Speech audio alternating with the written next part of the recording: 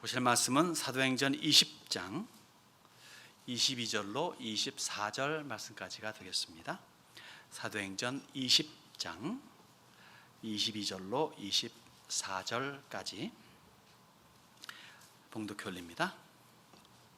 보라, 이제 나는 성령에 매여 예루살렘으로 가는데 거기서 무슨 일을 당할는지 알지 못하노라. 오직 성령이 각 성에서 내게 증언하여 결박과 환난이 나를 기다린다 하시나, 내가 달려갈 길과 주 예수께 받은 사명 곧 하나님의 은혜의 복음을 증언한 일을 마치려 하면은 나의 생명조차 조금도 귀한 것으로 여기지 아니하노라. 아멘. 바울이 하는 말이죠. 바울 사도가. 바울의 인생은 참 파란만장했다 볼 수 있습니다. 그 힐렐 그 학파에서 수석이라 말할 수 있을 정도로 최고의 그 공부를 하고 앞날이 밝은 바리새인으로서 나름대로 존경받으며 살 수 있는 그러한 미래가 펼쳐져 있음에도 불구하고 어느 한 날 본의 아니게 주님에게 잡혀가지고 그 이후부터는 원치 않는, 저로서는 별로 원치 않는 그러한 삶을 평생을 사신 분이죠. 바울의 인생 중에서 1차, 2차, 3차 전도 여행을 하고 돌아오는 길입니다. 벌써 여러 해가 지났죠. 예수 믿은 지. 돌아오다가 밀레도에 들러서, 에베소에서 가깝기 때문에 밀레도라는 건 항구 도시에서 이제 밀레도에서 이제 그 에베소에 있는 장로들, 그 교회의 지도자들을 부릅니다. 그리고 자기의 불러서 이야기하는 가운데 자기의 인생사를 통해서 나름대로의 신앙을 고백하고, 그리고 더불어 유언조의 간절한 당부를 하는 것이 이제 본문을 포함한 20장 17절에서 끝절까지가 되겠다 볼 수 있습니다. 그 중에서도 오늘 본문을 딱 택해 봅니다. 이 본문에서는 바울 사도의 신앙의 자세를 아주 잘 표현하고 있습니다. 그러면서 듣는 이들에게 그렇게 살아갈 것을 기대하는 거예요. 이른바 말하면은 일사각오의 자세입니다. 자기의 생명조차 아끼지 아니하는 삶입니다. 오늘 저를 포함해서 우리 세미안이 그런 각오를 가지고 그런 자세로 살아가면 좋겠다 하는 기대감을 가지고 오늘 한번 은혜를 같이 나누기를 원합니다. 첫 번째 볼 사항은요, 22절에 있는 것처럼 바울의 앞날이 그렇게 제대로 정확하게 알려지지 않습니다. 부정적인 불확실한 미래를 그려주고 있죠. 보라, 이제 나는 성령에 매여 예루살렘으로 가는데 거기서 무슨 일을 당할는지 알지 못하노라. 바울이 예수를 믿고 그 다음에 한 여러 해 정도 좀 쉰 다음에 이른바 이제 안디옥에서 사역을 하게 되고 한 1년여 지난 다음에 하나님의 성령의 감동으로 이제 바나바와 더불어서 1차 전도 여행을 떠나게 되죠. 소아시아 지역, 이른바 말하면 지금의 터키 땅을 주로 섭렵합니다. 그런 다음에 2차 전도 여행은 1차 전도 여행 때 세워놓은 교회가 어떻게 지내는가 살펴보려고 떠났는데, 드로아라는 곳에서 하나님의 성령이 가지 못하게 막으시면서 자꾸 바닷길로 이렇게 하시니까 결국 바다를 넘어서 에게해를 지나서 마게도니아 그리고 고린도가 있는 아가야까지 가게 되죠. 이른바 우리가 알고 있는 지금의 그리스 땅입니다. 유럽 선교가 시작이 되죠. 또 이제 그렇게 이제 돌아온 다음에 또 시간 지나서 3차 전도 여행을 떠납니다. 그러니까 1차는 이 아시아 지역, 2차는 좀 더 폭넓게 유럽까지 포함했다면은 3차는 더 폭넓게라기보다는 있는 곳을 좀 더 깊게 살펴보는 그러한 것이 3차 전도 여행이라 볼 수가 있겠고요. 그러면서 이제 때가 되어 가지고 이제 오순절이 가까우니까 오순절에 예루살렘 성전에서 이렇게 예배하려고 이제 보폭을 좀 짧게 하고 빨리 달리는 그러한 와중에 밀레도에 들른 거죠. 사실 바울의 1차, 2차, 3차 전도 여행은 십수년이 걸렸어요. 수십 년이라기보다는 십수년이 걸렸어요. 여러 10년이 넘게 전도 여행을 하게 됐죠.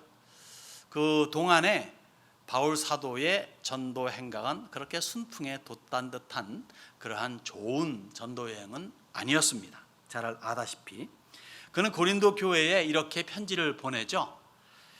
내가 수고를 넘치도록 하고 옥에 갇히기도 더 많이 하고 매도 수없이 맞고 여러 번 죽을 뻔하였으니 라고 말합니다. 그러면서 쭉 진행해 나가다 마지막 부분에서는 수고하며 애쓰며 여러 번 자지 못하고 줄이며 목마르고 여러 번 굶고 춥고 헐벗었다고 그렇게 고백을 합니다. 사실 1차 전도 여행 때 루스드라에 들립니다. 루스드라에서 나면서부터 안진병이 된 사람을 고쳐주잖아요. 그러면은 어떤 결과를 맺어야 되겠습니까?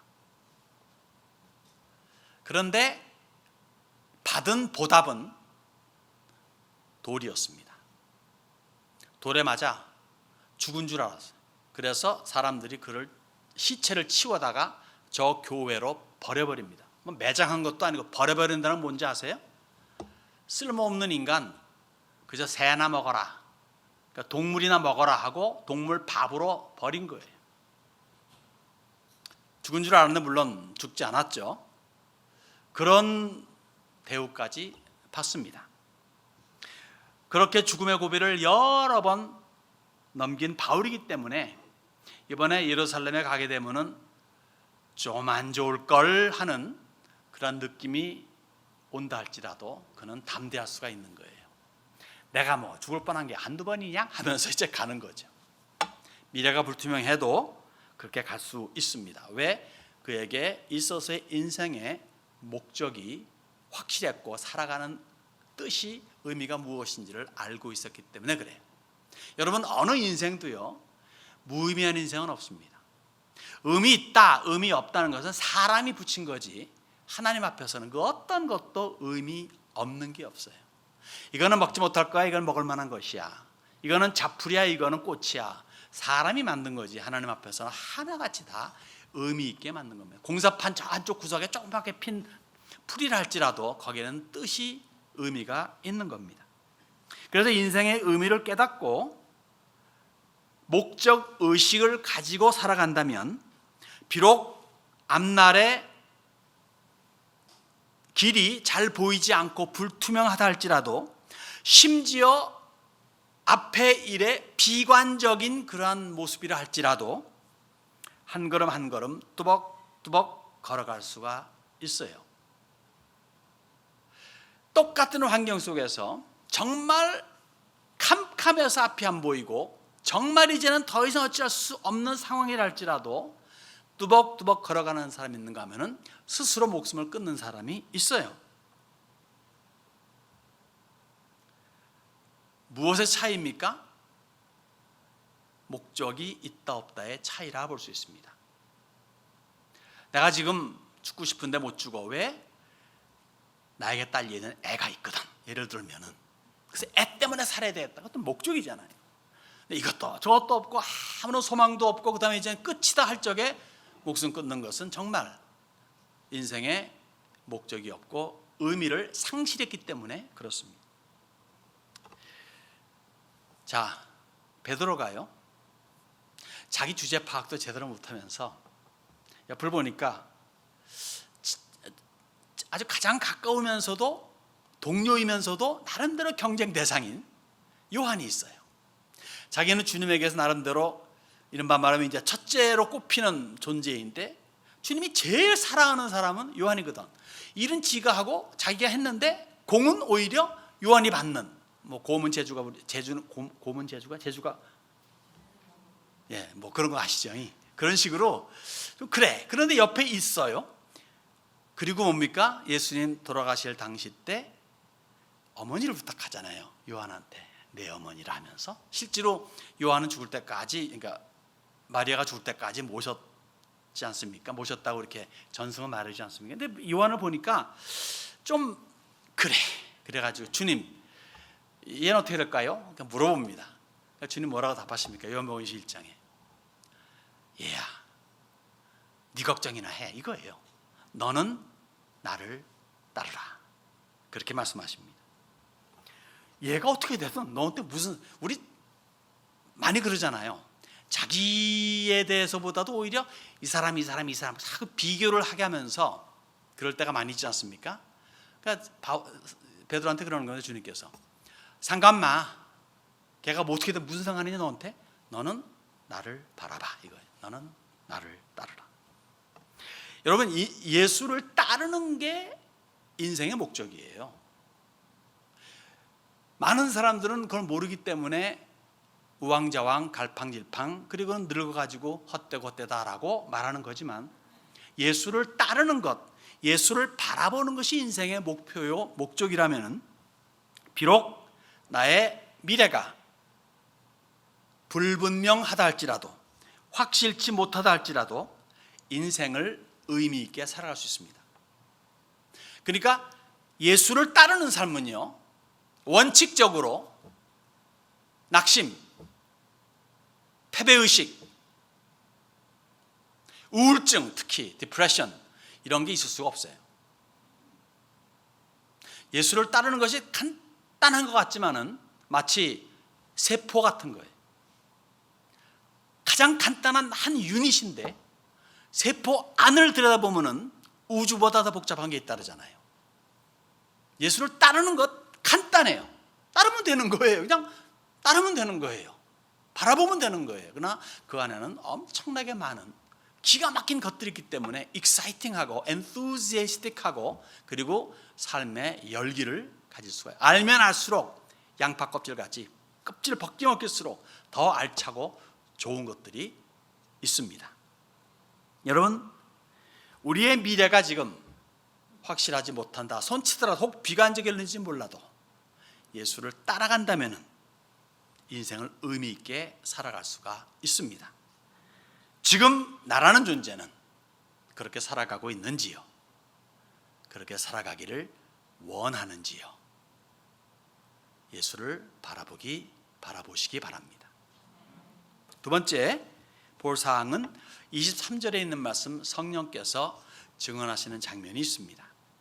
오직 성령이 각 성에서 내게 증언하여 결박과 환난이 나를 기다린다 하시나. 지금 바울은 예루살렘으로 가고 있습니다. 가는 곳곳마다 접하는 소식은요, 싹 좋지가 않아요. 일단 성령의 감동도 있고 성령의 속삭이시는 말씀도 있고, 그리고는 여기저기 이 사람 저 사람들이 예언을 해요. 너 가면 힘들어, 가지마. 뭐 힘들어까지 말하는 건 좋은데 가지마라고 말합니다. 너 가면 안 좋아, 가지 않았으면 좋겠다라고 말합니다. 그러니까 흔들릴만도 하지 않겠습니까? 뭐 일반 사람이 말하는 것은 그렇겠는데, 같이 믿는 사람들이 나 기도해 보니까 당신 예루살렘 가면 큰일 난대, 가지마 라고 말하면 좀 흔들리지 않겠어요? 이제껏 받은 환난과 핍박이 보통이 아니었습니다. 여기저기서 억울하게 옥에 갇히고 얻어맞은 게 한두 번이 아닙니다. 이제 예루살렘 행은 나름대로 여러 해에 걸친 그러한 전도 행각에 대한 쉼과 충전과, 그리고 감사와 칭찬도 있어야 돼 갖고, 그리고 제4차, 아직 그렇게 늙지 않았으니까 이제 제4차 전도 여행을 위한 그러한 새로운 구상과 도전이어야 하는데, 도리어 결박과 환난이랍니다. 이런, 비록 바울이 젊은 시절 예수를 핍박하는 일에 앞장서서 못된 짓을 했다 손 치더라도, 그래서 많은 어려움을 겪었고 또 이렇게 오랜 세월 주를 위해서 전심전력을 다했으니까 이제 탕감받아도 남을 만도 한데, 이제 좀 꽃길을 좀 걸었으면 하는 생각도 들 법도 한데, 그렇지 않다는 거예요. 오히려 환난과 핍박이 기다리고 있다는 겁니다. 여러분 그런데 가고 싶으세요? 사실 청년 시절 때 예수를 핍박했던 것도요, 그게 무슨 그냥 불신하는 가운데 그냥 종교인들이 싫어가지고 이런 하면서 돌 던지는 일에 동참하는, 다시 말해 옷을 맞는 그런 일 했겠습니까? 이 사람은요 철저한 율법주의자예요. 그 당시에 하나님의 말씀에 도통한 사람입니다. 힐렐 학파라고 그 당시에 최고의 학문에서 공부한 사람이에요. 율법을 아는 청년이에요. 그리고 배운 거, 지난 수년 동안에 예수라는 이상한 작자가 죽은 다음에 그 따르는 작자들, 내가 알고 있는 정통파에서 배운 거는 이단이래. 그리고 이단 중에 괴수래. 그래서 예수를 믿는 자들 다 때려잡아야 하나님을 위한 것이다 라고 믿었고, 그렇게 배웠고, 그렇게 알고 그렇게 한 거예요. 그러니까 나름대로는 하나님을 위한 일이었거든. 다메섹 도상에서 예수를 만나기 전까지는 확고하게 믿었던, 얼마나 확고했냐, 얼마나 하나님에 대한 열심히 있었냐면은 도저히 누구도 바꾸지 못하니까 오죽하면 하나님이 직접 개입했겠냐고요. 그럴 정도로 철저하게 하나님을 믿었던. 근데 그것이 이제는 화가 돼가지고, 편히 말하면 내가 이게 이제 몇십 년을 고생하고 있는데 아직도 환난과 핍박의 앞에서 기다리고 있냐. 여러분 스데반 집사를 기억하시죠? 초대교회 7집사 중에 한 사람입니다. 복음을 전파한 것 때문에 어떻게 됩니까? 돌에 맞아 죽죠. 젊은 시절에 꽃도 피기 전에 꺾인 격이에요. 집사 중에 가장 장래가 촉망되는 넘버 원 퍼슨입니다. 사람입니다. 그때 그 스데반 죽을 적에, 그때 바울의 이름이 사울이었죠. 이제 히브리식 이름이 사울이고 헬라식 이름이 바울이니까 사울이 그때 한몫 크게 하지 않았습니까? 그러니까 이제 스데반이 죽으면서 이제 사울이라는 사람이 이제 올라오는 그런 그 순간을 우리가 사도행전에서 보지 않았습니까? 그러기 스데반 집사는 일찍 죽어요. 근데 빌립 집사 기억나세요? 빌립 집사, 빌립 사도 말고 빌립 집사, 역시 7명 중에 넘버 2맨입니다. 스데반 다음으로. 이 사람은 아주 형력한 공을 세웁니다. 이디오피아로 내려가는 내시를 만나가지고, 재무장관이지, 재무장관 만나가지고 그 사람을 변화시켜요. 예수 믿게 해줘요. 그러니까 결국 말하면 이디오피아의 전도에 어떤 이 씨를 심은 사람이에요. 멋진 공을 세웠죠. 그 다음에는 가는 곳곳마다 복음을 전합니다. 아주 강력히 전해요. 그리고는 어디에서 스탑합니까? 가이사랴, 지중해 연안의 아름다운 도시 제2의 대도시인 가이사랴에 정착을 합니다. 여러 해가 지나가지고 바울이 이 가이사랴에 들렸을 때 거기 누가 있습니까? 거기에 빌립이 있었다 그랬어요. 거기에 예언하는 4딸이 있다 그랬습니다. 그러니까 딸들도 잘 키웠어요. 그러니까 부인이 있었겠죠. 부인 없이 애들만 있진 없잖아요. 그러니까 행복한 가정을 누리면서 거기에 분명히 7사람 중에 한 사람인 전도자 빌립이라고 말합니다. 전도자로서 그 지역에서 인정받고 있는 멋진 그리스도인으로 행복한 가정을 꾸미고, 스라의 4딸들이 멋진 그리스도인으로 살아가는, 예언하는 그리스도인으로 살아가는 그러한 가정을 꾸미고 살아가고 있습니다. 참 다르잖아요. 스데반과 빌립의 삶이 참 다르죠. 베드로 어때요? 베드로는 60년대에 순교합니다.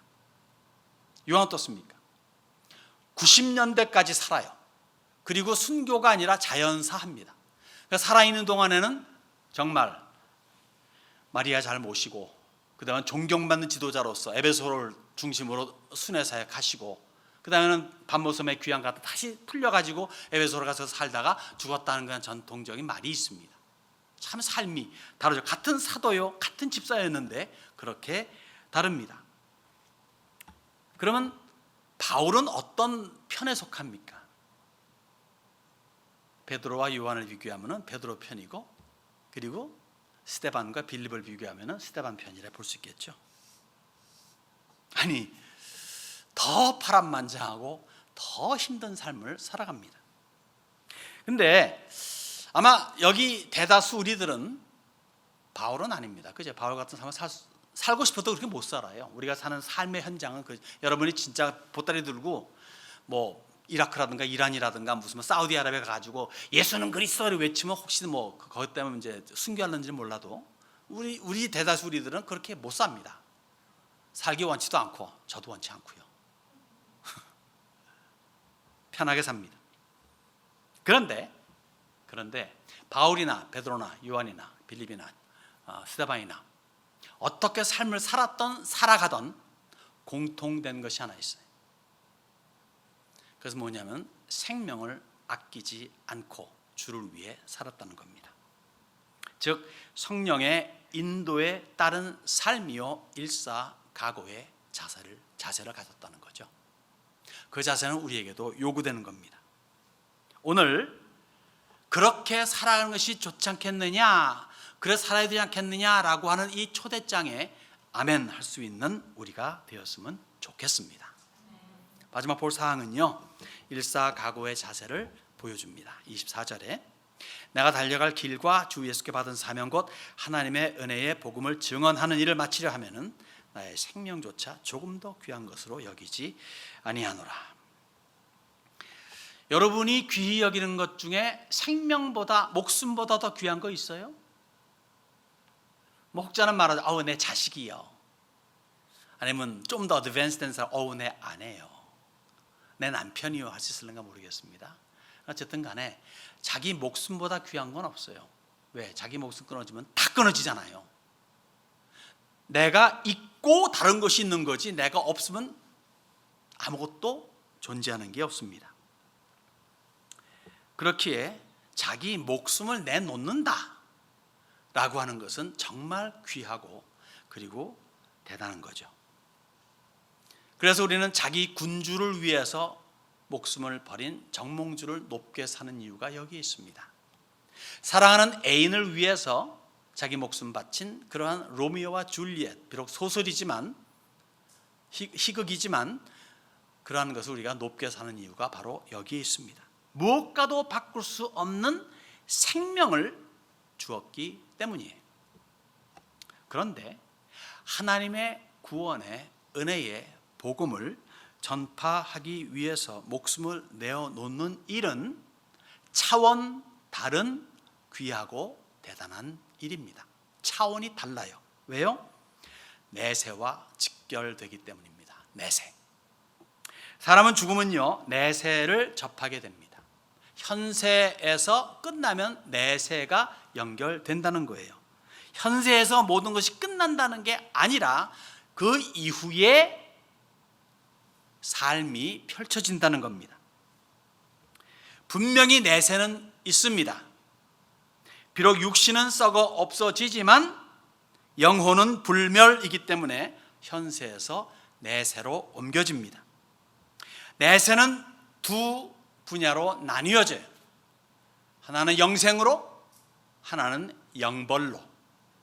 영생과 영벌 두 개만 있을 따름이지 거기에 소멸이라는 단어는 없습니다. 영혼은 불멸입니다. 영생과 영벌로 나뉘는 그 기준이 있는데 그 기준은 믿음입니다. 예수 믿는 믿음. 행위가 아니에요. 그런데 모든 종교는 행위 구원을 외칩니다.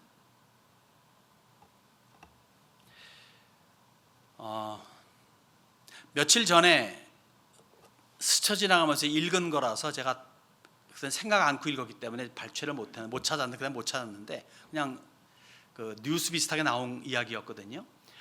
미국 기독교인들 중에서 기독교인들 말하는 겁니다. 이제 기독교라 자처하는 분들 통해서 77%가 착한 일을 하면 구원받는다. 구원은 착한 일을 할 때다라고 믿고 있다고 합니다.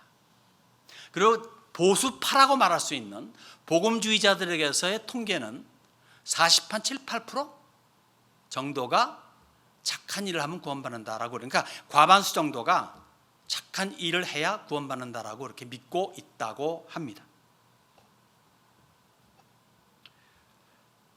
믿음만은 아니라 이거죠.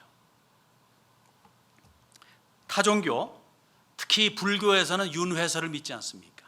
그래서 환생을 믿잖아요. 또 어떤 교리는 지옥의 존재를 믿지를 못합니다. 그러니까 성경이 말하는 바가 아니라 성경에서 하나님은 사랑이시라 이 단어에 초점을 맞춰서 사랑인데 사랑이 어떻게 지옥을 만들 수 있겠느냐? 있을 수 없다. 그래서 지옥의 존재를 부정하죠. 그런 믿는 사람들은 천국 가는 거 확실한데 믿지 않는 사람은 어떻게 되느냐? 그러니까 거기서 생각해 본 게 그러면 소멸이구나. 그러면 영혼이 소멸되어서 존재가 없어지는 것이다. 이것이 형벌이다. 이런 식으로 만들어 버립니다. 성경은 그렇게 말하지 않고 있는데. 그런데 성경은요, 너무도 많은 곳에서 단언하고 있습니다. 구원은 믿음으로만 가능하다고. 그리고 안 믿으면 영벌이라고. 믿음으로 구원은 예수 믿는 믿음이고 그 구원의 장소는 천당입니다. 천국. 영벌은 믿지 않았기 때문이고 그 결과로서의 도착할 장소는 지옥이라고 성경은 확실히 말해주고 있습니다. 한두 군데가 아니에요. 굉장히 많습니다. 나쁜 짓을 많이 했기 때문에 개나 돼지로라도 환생할 수 있겠지, 그거 아닙니다.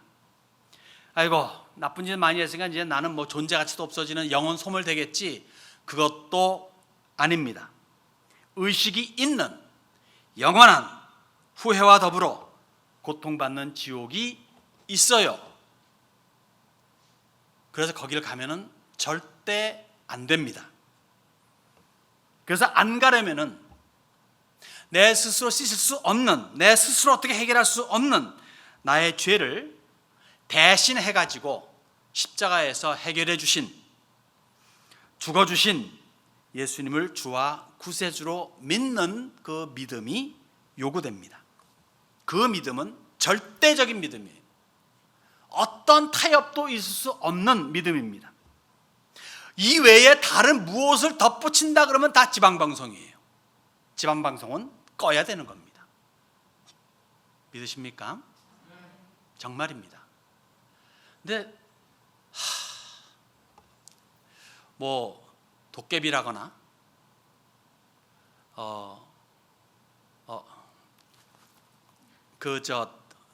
델루나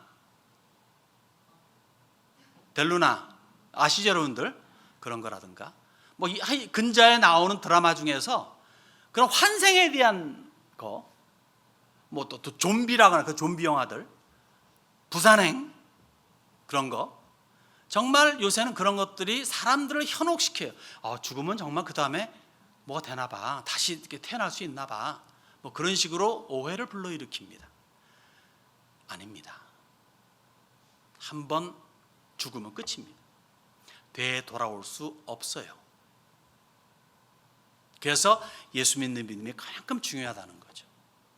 그런데 너무도 많은 우리들은 거기에서 끝나서 문제예요. 성경은요, 구원이 중요한 만큼 강조하는 것이 행위예요. 착한 행실, 행위. 행위 없는 믿음은 가짜라 그러잖아요. 행위가 보여져야 된다고 말하잖아요. 그래서 잘못 읽으면요, 구원은 행위로 받는다라고 오해할 수 있을 정도로 성경은 행위 강조를 매우 합니다. 근데 왜 행위를 강조하느냐? 행위를 강조하면 이유가 있더라고요. 꼭 거기에는 뭐가 들러붙냐면요, 상급이라는 단어가 들러붙어요. 상급. 이 땅에서 어떻게 살아가느냐에 따라 가지고 하늘나라에서 어떠한 상을 받느냐가 결정된다는 거죠. 여러분 아셔야 될 건 이겁니다.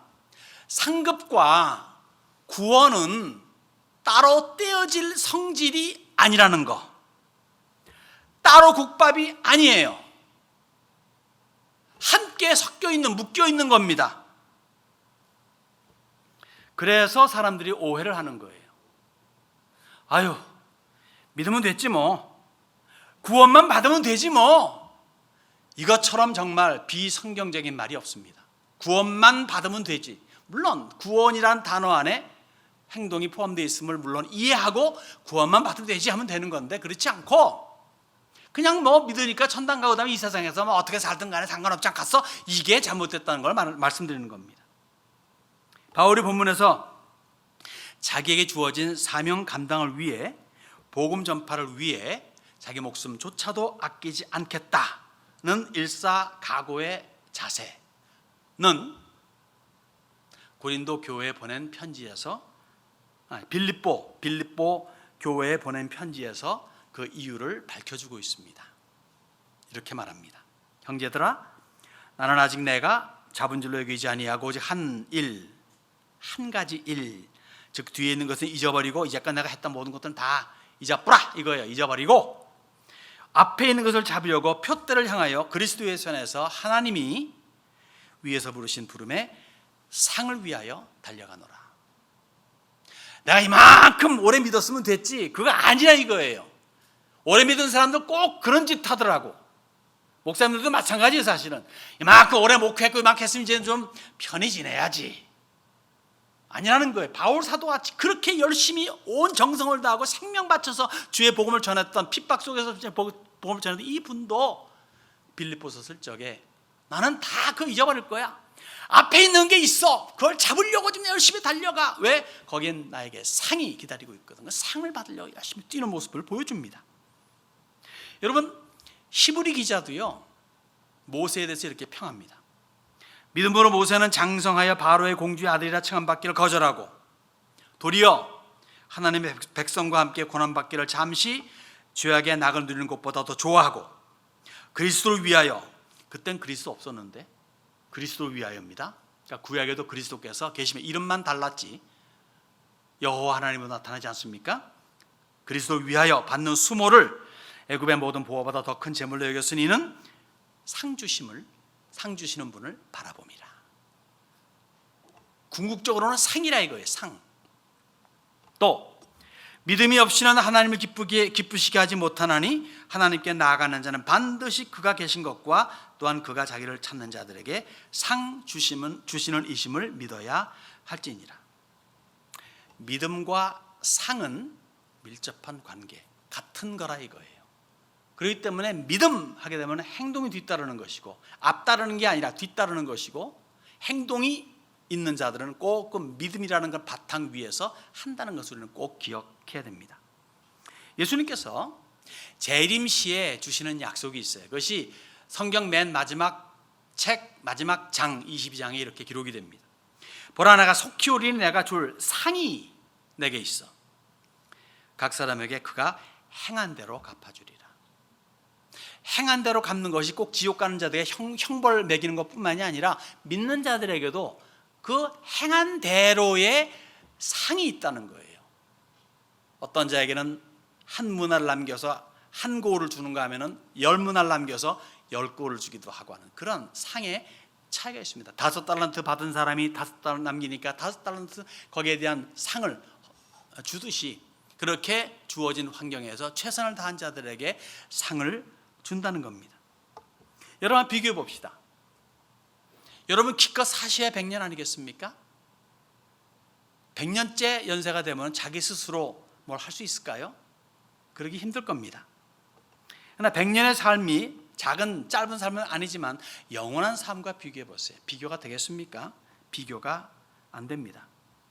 바울이 자기의 목숨조차도 아끼지 아니하고 일사각오로 자기에게 주어진 복음 전파의 사명을 감당코자 한 이유가 하늘나라의 상급, 영원한 상급이라면 우리 역시 그래야 하지 않겠습니까? 이미 여러분 가운데서 많은 분들은 이미 인생 반 이상을 사셨어. 그리고 남은 인생 별로 얼마 안 남았어요. 기껏 사셔야 한 2, 3, 4, 50년? 그래봐야 영원한 삶에 비하면 아무것도 아니지 않습니까? 어디에다 투자하시겠습니까? 여러분, 사랑하는 여러분들, 올림픽에 나가서 금메달을 딸 수 있는 기회가 주어졌다면 여러분들 어떻게 하시겠습니까? 여러분들 올림픽 나갈 수 있겠어요? 말도 안 되잖아요. 그런데 올림픽에 나갈 수 있는 그러한 국가대표가 되었어요. 그리고 세계, 예를 들어 100m를 뛰는데 세계 신기록의 9.7인가 8인가 그렇죠? 더 치세요. 내가 0.01초만 단축시키면 내가 금메달을 딸 수 있는 기회가 생겼어요. 0.01초만 당기면 돼. 그럼 여러분들 하시겠어요? 안 하시겠어요? 하죠. 0.1 당기기 위해서. 바로 그런 겁니다. 우리 모든 기독인들은 금메달 딸 수가 있는 위치에 있습니다. 달란트 비유는 아까 말씀드린 문화 비유도 마찬가지 개념에서 볼 수 있습니다. 할 수 있는 만큼 한다면 각 개인에게 주어지는 금메달이 있다는 거죠. 이렇게 고린도전서는 말합니다. 운동장에서 다름질하는 자들이 다 달릴지라도 오직 상을 받는 사람은 한 사람인 줄을 너희가 알지 못하느냐? 너희도 상을 받도록 이와 같이 다름질하라. 현재 몇 명의 그리스도인이 현재 존재하고 있을까요? 많은 사람들이 예수 믿고 있습니다. 그러면 이 가운데서 금메달 딸 사람은 한 사람밖에 없다. 그러면 누가 열심히 하려고 그러겠습니까? 그런데 여기서 무슨 말씀을 의미하는가 하면요, 너희가 열심히 한다면 너에게 주어진 환경 안에서, 그리고 주어진 달란트 안에서, 재주 안에서 최대한도로 한다면 다 내가 금메달 주겠다는 거예요. 1등을 골인하게 해주겠다는 겁니다. 그렇다면 우리 세미야는 일사각오의 자세로 최선을 다함으로 말미암아 다 금메달 받을 수 있다는 것이니 여기에 한번 애써보지 않겠는가 이거죠. 그래서 금메달 받으시기를, 이 당시 때는 월계관이겠죠. 월계관 받으시기를, 그리고 면류관 받으시기를 주님의 이름으로 축원합니다.